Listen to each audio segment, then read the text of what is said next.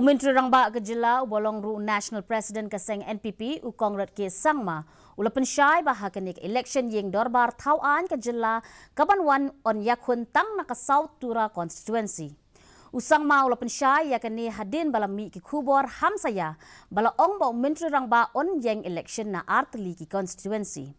Habakran berkilat pathai kubor Sangma ulaong ba kamdon kanu ka jingmud baun ya ka constituency jong kata ka South Tura bat ulaong ba udon ka jingshania baskem ha ka constituency jong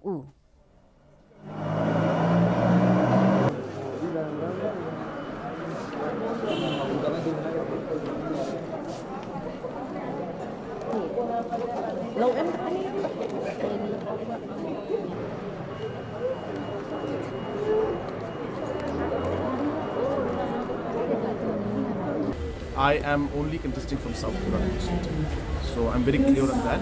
I have full faith in my constituency. I have worked very hard in my constituency and I have built up. So there's no question of me leaving my constituency as such. In terms of contesting from another constituency, I have not decided on that yet. The party also has not decided on that yet. We will see the situation, how it unfolds. But as I said, my primary constituency, which is South Tura, is the constituency where, as of now and at the moment,